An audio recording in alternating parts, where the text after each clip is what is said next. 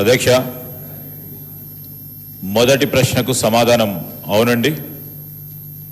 మొదటి దశకు డిపిఆర్ను తయారు చేయడమైనది. అంటే హిమాయత్ సాగర్ నుండి బాపుఘాట్ వరకు 9.2 కిలోమీటర్లు, రెండవది ఉస్మాన్ సాగర్ నుండి బాపుఘాట్ వరకు 11.8 కిలోమీటర్లు. బి ప్రశ్నకు సమాధానం మొదటి దశలో ప్రాజెక్ట్ అంచనా వ్యయం సుమారు 6,500 నుంచి 7,000 కోట్లుగా ఉంది అధ్యక్ష.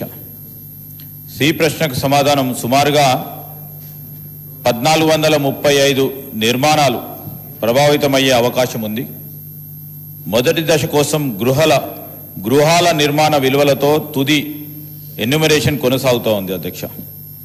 డి ప్రశ్నకు సమాధానం 11/1/2026 తేదీన ఎంఏయుడి శాఖకు సంబంధించి GOMS 16 ప్రకారం బఫర్ జోన్లో సమ్మతించిన కుటుంబాలకు TDRను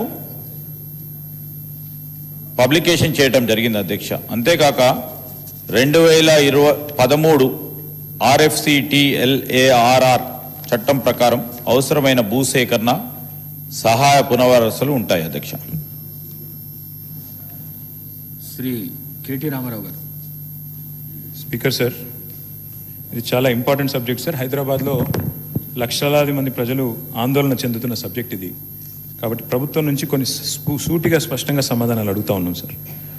మంత్రి గారు చెప్పిన సమాధానంతో పూర్తి సంతృప్తి మాకు లేదు అధ్యక్ష, రాష్ట్ర ప్రజలకు కూడా లేదని నేను అనుకుంటా ఉన్నాను. ఎందుకంటే వారే జనవరి 2026లో మనకు ఈ సంవత్సరంలో జరిగిన జనవరి నెలలో జరిగిన అసెంబ్లీ సమావేశాలలో గౌరవ సభ్యులు ప్రశ్నించారు అధ్యక్ష.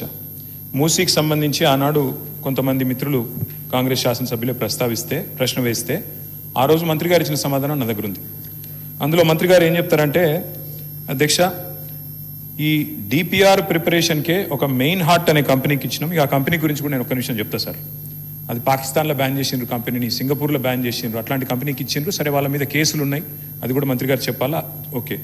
అందులో ఏం చెప్పారంటే అధ్యక్ష, ఆ రోజు శాసనసభకి ఇచ్చిన సమాధానంలో గౌరవ మంత్రి గారు డిపిఆర్ ప్రిపరేషన్కే 18 నెలలు పడుతుంది అని ఈ సంవత్సరం జనవరి నెలలో మంత్రి గారు చెప్పారు. మరి డిపిఆర్ ప్రిపరేషన్కి 18 నెలలు పట్టే మాట నిజమే అయితే మళ్ళీ ఈరోజు మార్చిలో ఉన్నాం అధ్యక్ష. అంటే మంత్రి గారు సమాధానం చెప్పి 2 నెలలు కూడా కాలే. మరి ఇప్పుడు అకస్మాత్తుగా డిపిఆర్ ఎక్కడి నుంచి వచ్చింది? మంత్రి గారు దయచేసి అది ఉంటే కనుక మీ దగ్గర నిజంగానే కాపీ ఉంటే, మరి 18 నెలల్లో అంటే అద్భుతమైన వేగం అది. మరి ఇంత మెరుపు వేగంతో గవర్నమెంట్ పనిచేస్తుంటే మేము కూడా అభినందనలు చెప్పాలి. కాబట్టి డిపిఆర్ 18 నెలల్లో తయారవుతుందని చెప్పి 2 నెలల్లో చేసిన ఈ చమత్కారం ఏదైతే ఉందో ఆ డిపిఆర్ దయచేసి సభ ముందు పెట్టాలి, సభ్యుల ముందు పెట్టాలనేది ఫస్ట్ డిమాండ్ సార్. ఎందుకంటే ఇది ప్రభుత్వం ఇచ్చిన సమాధానం అధ్యక్ష. రెండవది అధ్యక్ష, నేను చూశాను మంత్రి గారు సభ వెలుపల చెప్పారు అధ్యక్ష. ఏం చెప్పారు? లాస్ట్ టైం హౌస్లోనే చెప్పినట్టున్నారు, అది కూడా ఇక్కడ చెప్పారు అధ్యక్ష, హౌస్లోనే చెప్పారు. అది కూడా గౌరవ మంత్రి శ్రీధర్ బాబు గారు చెప్పారు. ఇన్ ప్రిన్సిపల్ ADB అనేది మూసీ ప్రాజెక్ట్ కోసం లోన్ మంజూరు చేసింది అని మంత్రి గారు ఇచ్చిన స్టేట్మెంట్ శాసనసభలో ఇచ్చారు అధ్యక్ష.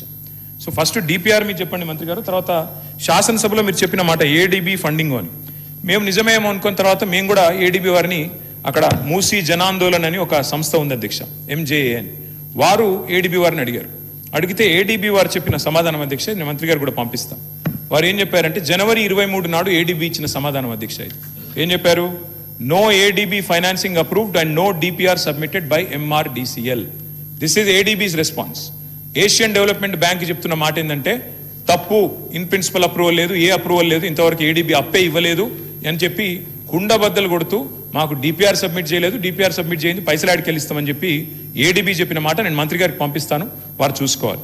అయితే మళ్ళీ ఏమన్నా జనవరి నుంచి మరి ఈ హౌస్ ఇప్పుడు మార్చిలో జరుగుతుంది కదా, ఈ లోపల ఏమన్నా డెవలప్మెంట్ అయిందా అని చెప్పి మార్చి 11 నాడు మళ్ళీ ఒకసారి ఇదే సంస్థ వాళ్ళు అసెంబ్లీ ప్రారంభం అవుతుంది కదా, ఏమైనా డెవలప్మెంట్ ఉందా అని చెప్పి పోయినారు అధ్యక్ష. పోయితే మళ్ళీ మార్చి 11 నాడు ADB ఏషియన్ డెవలప్మెంట్ బ్యాంక్ ఇచ్చిన లెటర్ అధ్యక్ష. ఏం చెప్పారు అధ్యక్ష అందులో? Status remains unchanged since our meeting with your group on 23rd జనవరి. అంటే 23rd జనవరి ఏ మాట అయితే చెప్పారో, ఏ లోను మంజూరు చేయలేదు, మాకు ఏ DPR గవర్నమెంట్ సబ్మిట్ చేయలేదనే మాట, దాని ప్రకారమే ADB మళ్ళొక్కసారి ఈ నెల 11వ తారీఖు నాడు స్పష్టంగా ఉత్తరం రాసింది. ఇది కూడా నేను మంత్రి గారికి పంపుతున్నా. దయచేసి మంత్రి గారు కరెక్ట్ చేసుకోవాలి. Because either you are misleading the house or misleading the people or you are being misled by your officers. Either one of them it's true మంత్రి గారు. ఏడీబీ ఇంతవరకు ఇన్ ప్రిన్సిపల్ ఇవ్వలేదు, మీరు డిపిఆర్ ఇవ్వలేదు, మీ దగ్గర డిపిఆర్ లేదు. 18 నెలల్లో తయారవుతుందన్న డిపిఆర్ 2 నెలలు ఎట్లా తయారైంది అధ్యక్ష? మూడోది, వీరికి ఈ సంస్థ మీద ఎందుకు ప్రేమనో మాకు అర్థమైతలేదు అధ్యక్ష. ఎందుకంటే ముఖ్యమంత్రి గారేమో 16,000 కోట్ల రూపాయలతో అయిపోయే ప్రాజెక్టుకు 1,50,000 కోట్లని ముఖ్యమంత్రి అనౌన్స్ చేసింది, నాది కాదు. Telangana CM announces 1.5 lakh crores beautification project for Musi. Telangana government to spend 1.5 lakh crore on Musi river front beautification. In rupees 1.5 lakh crores beautification for Musi, Telangana CM. అధ్యక్ష, క్వశ్చన్ అవరే సార్, ఇంతకంటే ఇంపార్టెంట్ క్వశ్చన్లు ఉన్నాయి సార్. అధ్యక్ష, 1,50,000 కోట్లని ఇక్కడ చెప్తున్నారు అధ్యక్ష. మరి మంత్రి గారి సమాధానంలో మొదటి ఫేజ్ లో 4-5 కోట్లని చెప్తున్నారు. నేను అడుగుతా ఉన్నా అధ్యక్ష, మరి 1,50,000 కోట్లని ముఖ్యమంత్రి గారు చెప్తారు, మొదటి ఫేజ్ తర్వాత ఎన్ని ఫేజ్లు ఉంటాయి, ఎన్ని ఆస్తులు మీరు తీసుకుంటారు, ఏ రకంగా తీసుకుంటారు, ఎంతమంది గృహాలు కూలుస్తారు, మరి వాటి కోసం 1,50,000 కోట్లు ఎక్కడ ఖర్చు పెట్టబోతా ఉన్నారు, డీటెయిల్డ్ గా మీరు సమాధానం చెప్పాలని ప్రభుత్వాన్ని కోరుతా ఉన్నాం అధ్యక్ష. ఈ మెయిన్ హార్ట్ అనే సంస్థ అధ్యక్ష, ఎవరికైతే వీరు మరి ఈ డిపిఆర్ తయారీ అప్పచెప్పారో వారి మీద ఇది పాకిస్తాన్ గవర్నమెంట్ పెట్టిన కేసుల అధ్యక్ష రెడ్ కార్నర్ నోటీస్ ఉంది. ఇదిగోండి అధ్యక్ష, ఇగో FIA declares main heart owners are absconding in money.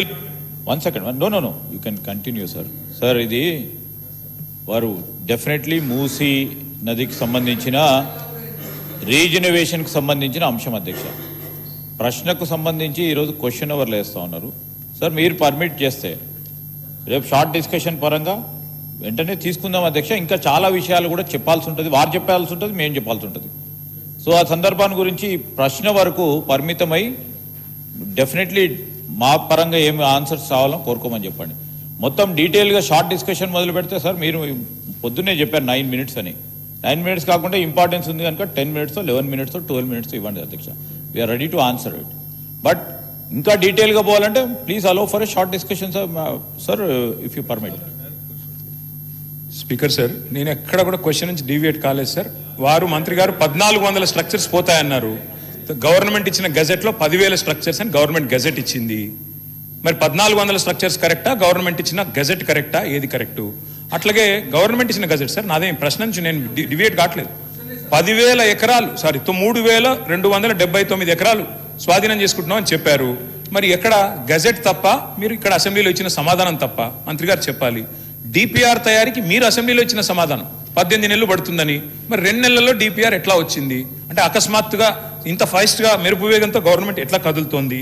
అట్లాగే అధ్యక్ష, ఇంకొకటి, అసలు 1,50,000 కోట్ల బడ్జెట్ అని ముఖ్యమంత్రి గారు చెప్పిన తర్వాత దీనికోసం ఈ రోజు గవర్నమెంట్ 5,000, 4,000 కోట్లని ఎట్లా, మరి 1,50,000 కోట్ల 4-5 ఎట్లా తగ్గించారు? అదేం చమత్కారం చేశారు? దాంతో పాటు అధ్యక్ష, మరి మంత్రి గారు చెప్తున్నారు ఇది 1,435 స్ట్రక్చర్లు ఐడెంటిఫై చేశాం. ఏ బేసిస్ లో ఐడెంటిఫై చేశారు?